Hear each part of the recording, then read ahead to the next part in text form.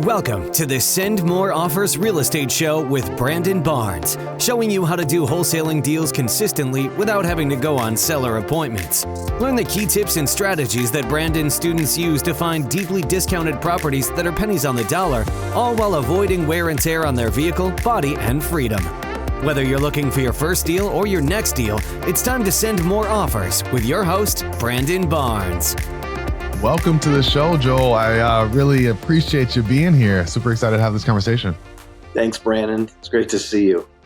Yeah, you as well. Look, headline, man. I went through your bio. We talked pre-show, and super excited to talk about industrial real estate because it's rare that I speak to a real estate investor that is buying and for industrial purposes. You know, we hear commercial, multifamily stuff, but this is very exciting stuff, especially considering my background, working in, operation plans, production plans, in the supervision capacity. But talking about purchasing those buildings, that's pretty amazing stuff. Yeah. When I got in the business when I was 22 and I had to learn in the Chicago area where I live about industrial buildings, I was so intimidated and overwhelmed because, from working in those buildings yourself in the operations and in the supply chain, that these are big buildings. They're big and there's a lot of people working there. And I'm a 22-year-old recent college grad. I went to Michigan, by the way. Okay. I know you spent some time. I'm a Boilermaker. Yeah, little Purdue action. Right. Yeah, I mean, I've watched a few of your podcasts where you've been a guest. I'm one of my hobbies is watching podcasts of real estate people. So I've seen you as a host and as a guest. Awesome. So I'm not stalking you, but I know your story really well. And I really admire what you're doing, but it's so different than what I'm doing. So when I was 22, my boss, who was 64, which is how old I am now, said to me, he said, go drive around the industrial parks of the Chicago area and learn them. Just drive around and learn them. I didn't even know what he meant. But I'd go by, we have Unilever plants here. And we also, I'm sure, have distribution, maybe Cisco or whatever that distributes your Heinz products where you used to work. So, I drove around and I see these giant warehouses and I thought, wow, these are so big and so expensive. And I'm just a little guy learning. And I thought, I'll never measure up because these are so big. How am I ever going to get into this? And I just started cold calling industrial buildings. So the building you were working in, while you were in the warehouse working, I could have been the guy that walked in the front door and said to the receptionist, who's the plant manager? I want to talk to them about whether you guys might want to move to a bigger building down the street. And so I learned the business by cold calling.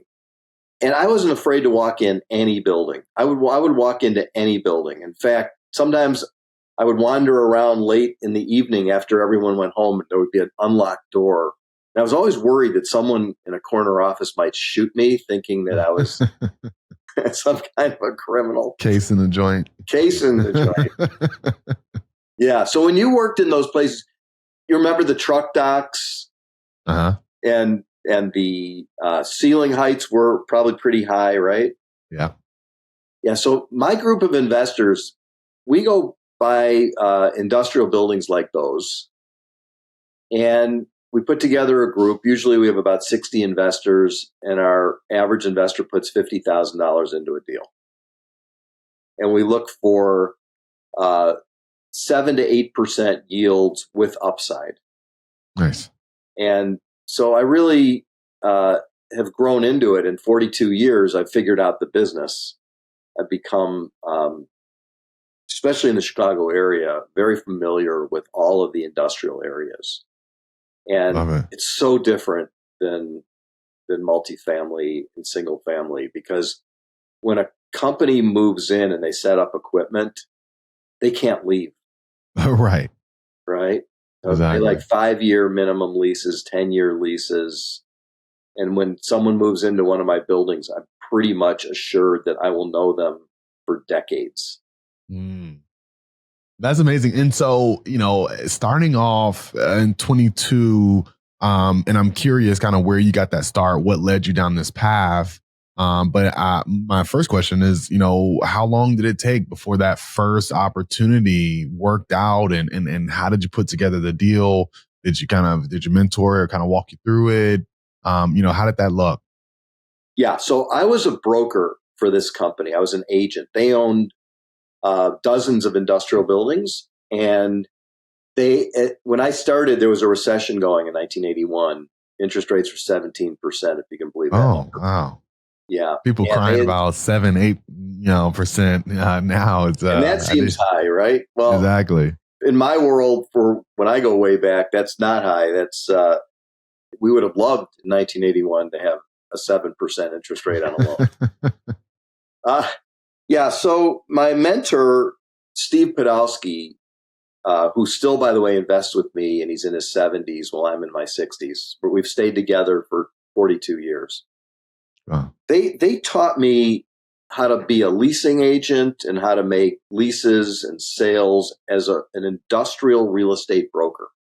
Just like a home broker would take a family on a tour of homes if you're buying a house, I take people on tours of industrial buildings for their companies.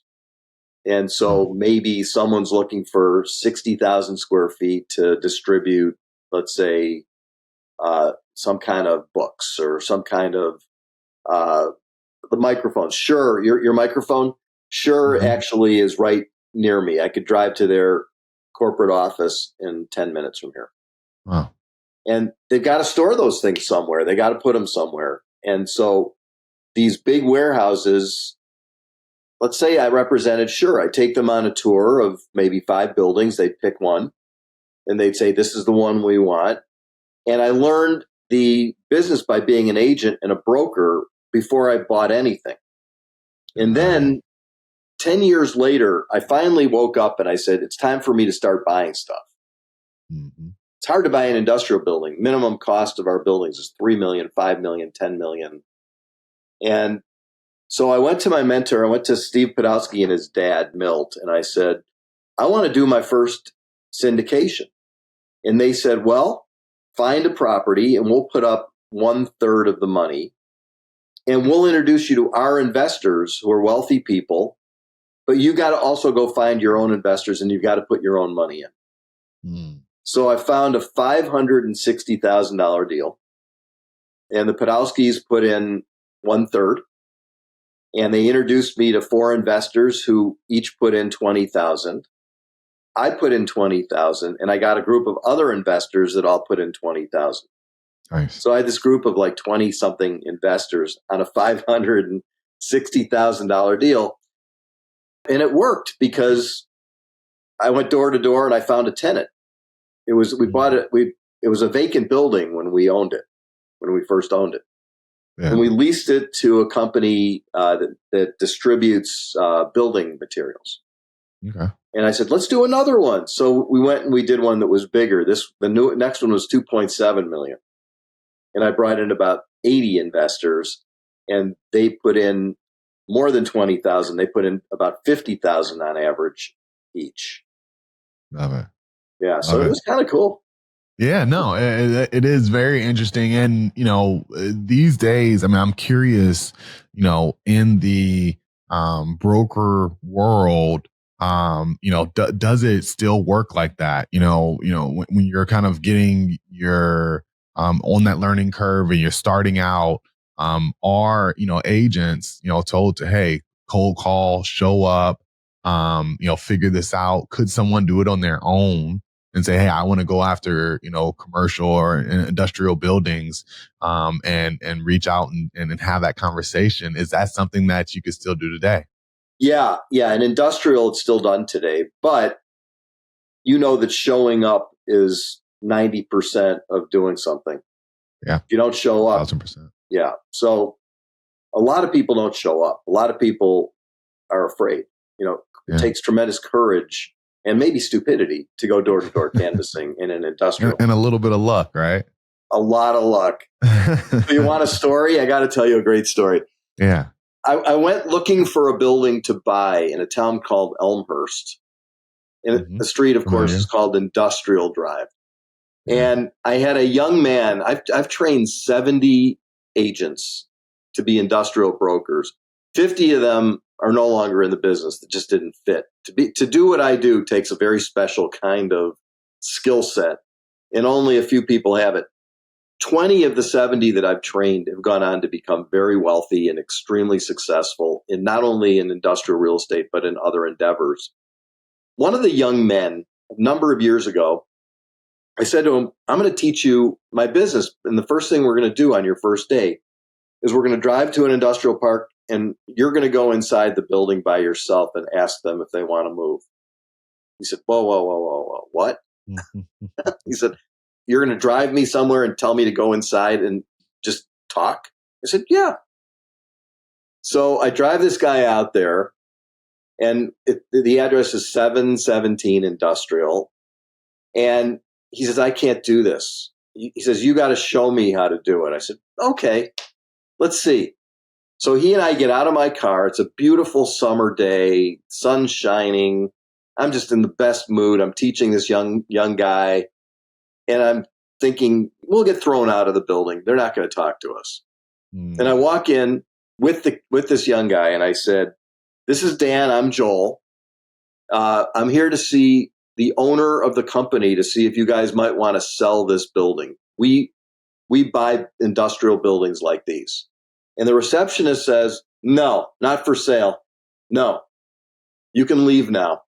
Yeah. And I said, I saw there was an open door, like right behind her. There was an office with a big window in the corner of the building. And I thought maybe that was the owner of the company. So I said, so you're sure you're not going to sell the building? And I said it loudly enough that the person in that office could hear me.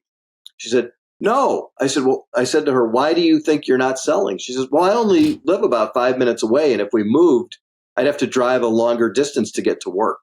And I looked at Dan and I said, this is not what people decide based on. It's not what the receptionist wants to do based on where she lives. And she looked at me and she said, that's rude. I said, I guess you don't want to sell the building, so that the guy in the corner office would hear. I said, come on, Dan, let's go. So we walk out, and we're on the sidewalk, walking back to my car in front of the building. And a guy comes running out the front door. And who is it? It's the guy that was in that office. And he says, wait. He says, can I talk to you for a minute? I said, sure. He says, we are going to sell the building. She didn't know what she was talking about.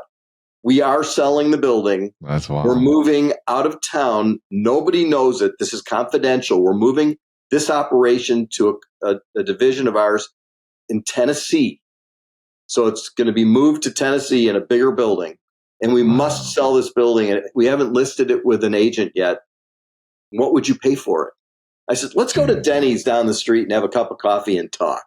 So Dan and I and this guy, Chuck, we go to Denny's, we have a cup of coffee and a piece of pie. And I said, the building is 20,000 square feet. It's probably worth $1 million. Would you take that? He said, absolutely. You got a deal. And I looked at Dan and I said, it's never this easy. This never happens. So that first cold call for Dan, we bought the building. That's wild. Yeah. That is amazing. Yeah. And to talk about the economics of that deal, so were you, and I'm sure you have a ton of experience, and you probably know just by looking at something or understanding the square footage, about what you would pay. Is there just an average price per square foot that you go off of? I'm sure you probably consider the area where it is, where it's located relative to other things. But can you break down for us like how you go about underwriting? Just kind of back up the napkin. Sure. So we already owned, when I went to that building, we already owned 3 buildings in Elmhurst. In fact, 2 right across the street from that one, about the same size. This was a 20,000 foot building. Yeah. So at that time, I knew that industrial buildings were selling for about $60 a foot. Today, they're selling for about 100. So they've gone up a lot. Mm-hmm. And they've gone up a lot just in the past 5 years because of COVID and the supply chain taking the place of retail for people who shop for stuff. They order online and so forth. Industrial is booming, and industrial prices have gone up about 50% or more. Nice. In some cases, 100% just in the last 4 years. But what I do is I look at the comps in the neighborhood. What are buildings selling for? What are they leasing for? And I have to get an 8% return. So my investors are saying, we could put our money in something else if we can't get a better return. Today, Treasury notes 10 years at about 4.5. So 8's got to be the number. Maybe 7 if it's a great building, 7% cap rate or yield. So when I looked at that deal, I figured, well, if we buy it and they leave and they go to Tennessee, I've got to get an 8% return on my $50 a foot. But it's really not 50 because we have to spend money to buy it. There's some fees, there's some costs, there's some vacancy, there's lease up costs, brokerage commissions to the leasing agent. So on a $60 deal, I've got to get about $4.80 a foot net. Tenant pays the insurance, maintenance, and utilities and taxes. So we don't pay any of that. They pay that. So I said to myself and to my partners and to Dan, who was learning, can we get $5 a foot net rent? And we all agreed based on knowing that we own buildings across the street where we were getting in the high 4s and low 5s. Yes, we can. And we ended up leasing it to a neon sign company. And we got $5. So $5 a foot net gave us a little bit over an 8% return. And we increased the rent in the lease. It goes up, escalates 3% a year. So the investors get 8% the first year, maybe 8.2 the next year, 8.4, 8.6. And if the tenant stays for 10 years, let's say, by the time we're done, we're getting about a 10% return in the 10th year. Love it. Remember, now they're selling for $100 a foot. We bought that one for 50. We were in for 60. So if we sold it today, we would get $100 a foot, which would be $2 million. We paid $1 million. But you also, as a seller, have to pay a brokerage commission because it's just like homes. You hire an agent if you want to get your best price, and selling costs. So $100 when you break it down to what your bottom line net proceeds are, it's probably about $92, $93. So if we average 10% over the 10 years, well, we didn't average 10, we averaged 9%. We ended up at 10% at the end. So we got 9%, plus we made a profit of $30 a square foot on a $60 buy. That's 50%. Over 10 years, that's 5% a year. Our average annual return was 14%. Love it. Yeah, which is good stuff. It's not a home run, but it's a really good return. 10 years of an average of 14% is something that people just can't get. Right. No, I love that. And when you're talking about looking at comps, right? And I'm just trying to break this down so, somebody can follow along with exactly how this works, right? The traditional tools that a regular real estate agent or real estate investor would use, I'm assuming you can't get all those details. So do you guys use something, like I said, different than MLS to find the comps? Like, what other tools are you using to do the information and the due diligence that you need to do these deals? Yeah, there's a very large company called CoStar, and they do track sales more than leases, but they also track leases. But because the industrial brokerage community in each town is somewhat small, we have 300 active industrial brokers in the Chicago area. Many of us belong to a group called the Society of Industrial and Office Realtors. And there's a lot of them in Atlanta. They're all over the world. And so I would call another broker, probably a member of the SIOR. We all know each other. And I'd say, hey, buying a building in 717 industrial, what are some of the comps Hey, Jim, you made a deal down the street. What did you lease it for last year? And we all cooperate with each other to give information, because when they need it from me, I'm going to give it to them. Love it. Yeah. Good stuff.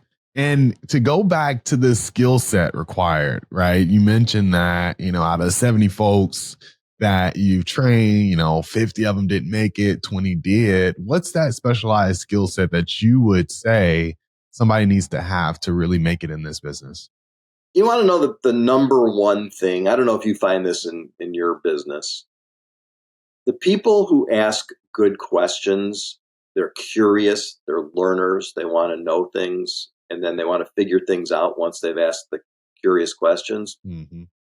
It's the question askers. I know if someone's going to be successful within about a week, because if they're asking me a bunch of questions, then they give a damn. But if they don't ask the questions, they're not even thinking.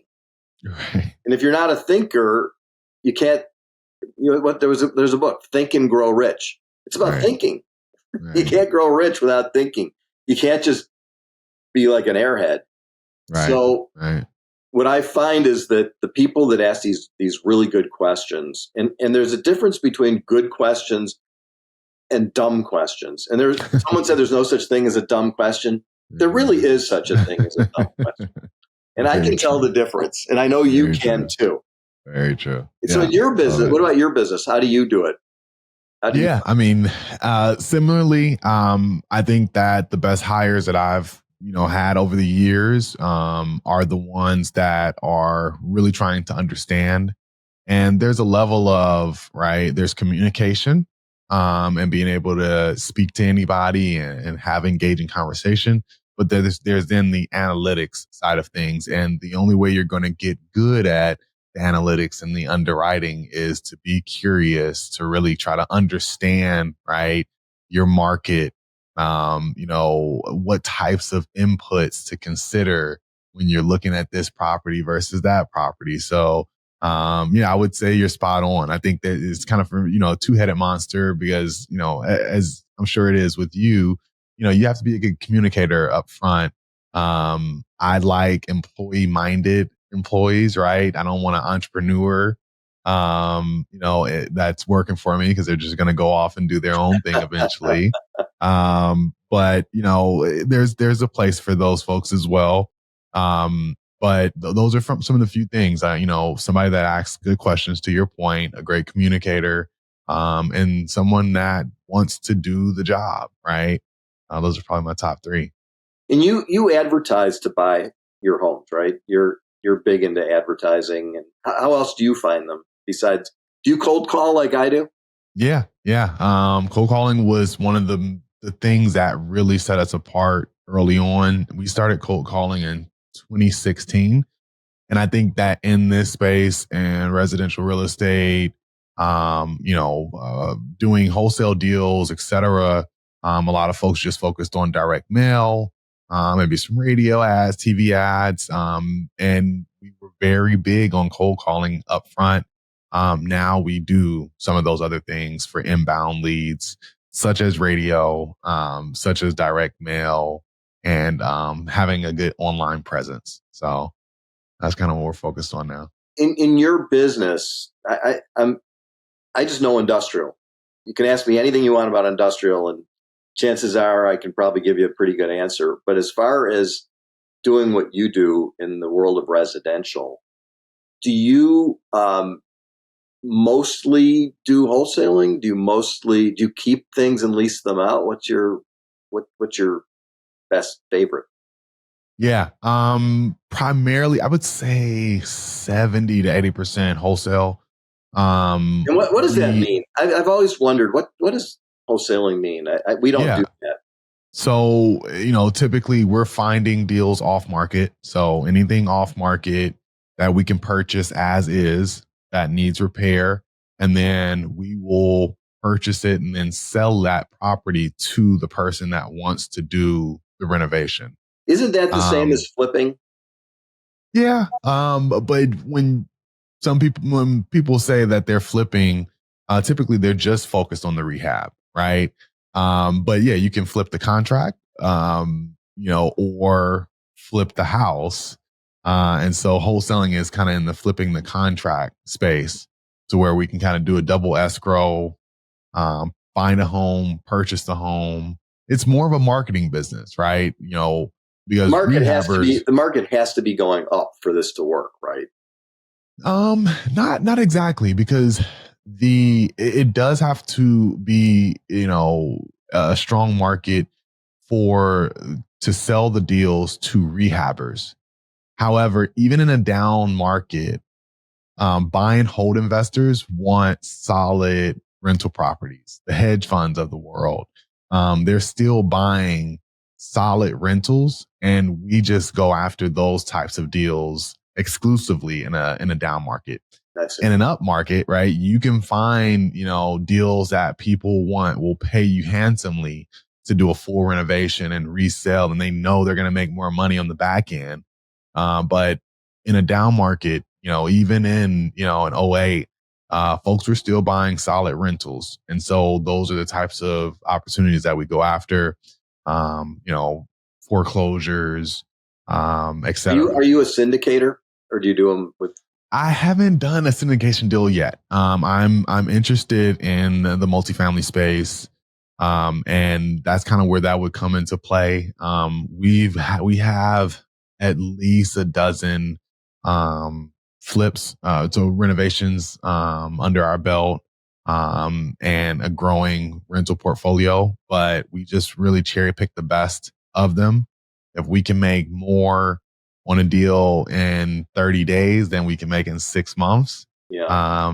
Or at least comparatively more when you think about the time value of money, we will wholesale that deal, with ease, right? Like that's the first kind of best option for us. Cause, to your point, when the market isn't so strong, going and doing a renovation and it's sitting on the market after you're done is the worst place to be as a real estate investor, right? Yeah. And so we'll find somebody that wants that. Very badly hurt with that. Yeah. But I'm really interested in, it's some of the more commercial deals, industrial real estate. I have a buddy, that's been successful. He bought, a commercial building.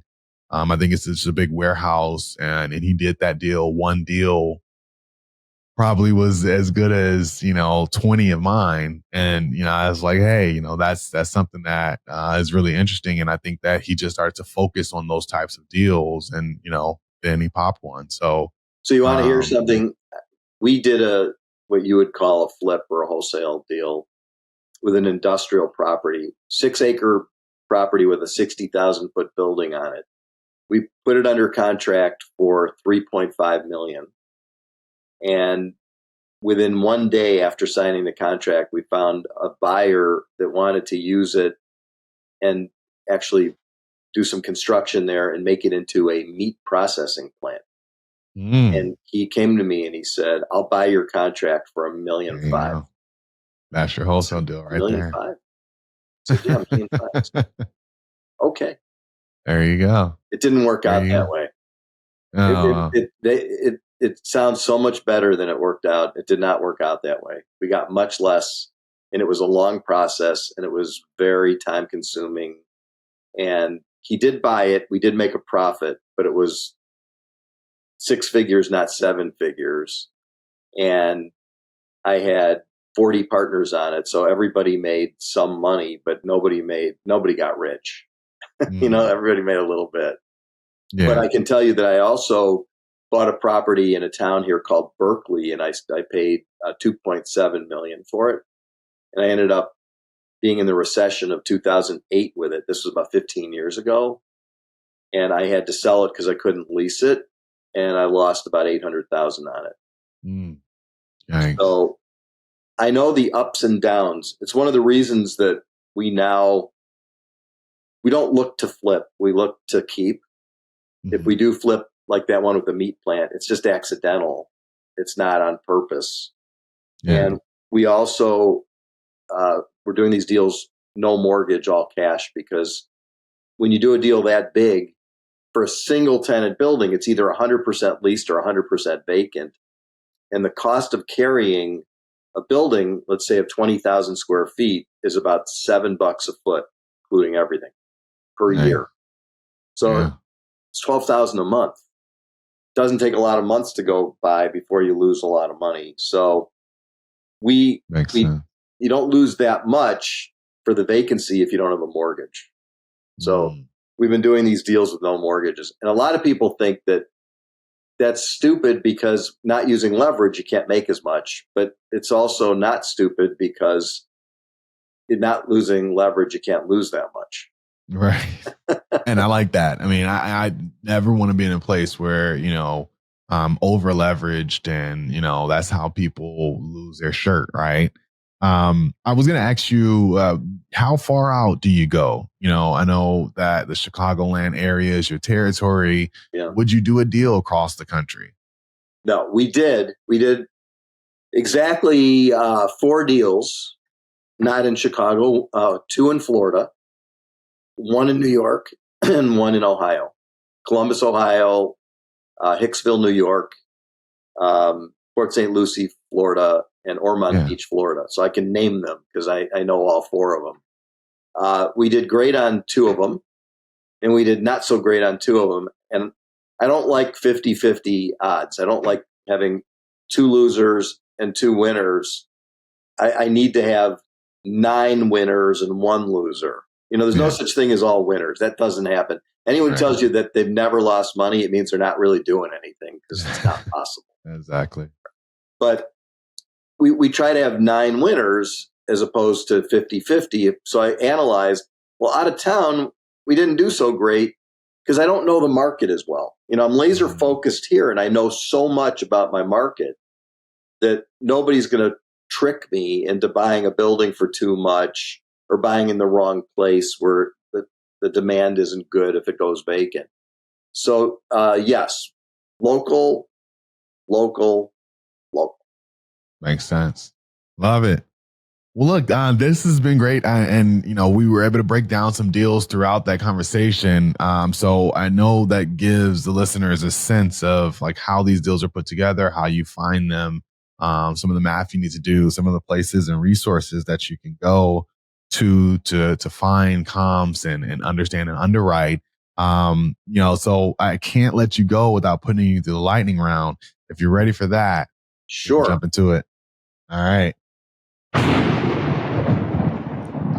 Awesome. Look, so we have a series of rapid fire questions. You don't know the question. I don't know your answer. So just say the very first thing that comes to mind. What's one book that's been instrumental to your growth as a real estate investor?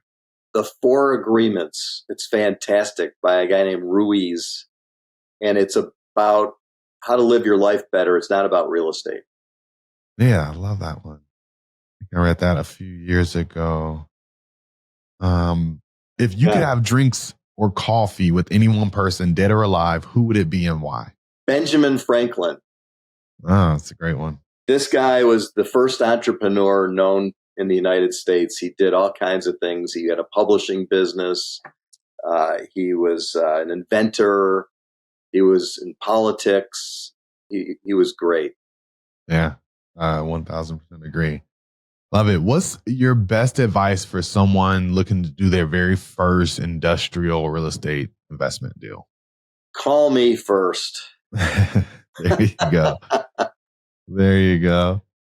I love it. What's one mistake on a deal specifically or in business in general that if you had a do-over, you would take that do-over? I once did a rehab and I underestimated what the municipality was going to force us to do. I made decisions based on a contractor's estimates for the bids for the cost to do the work. And the village came back and said, whoa, wait a minute.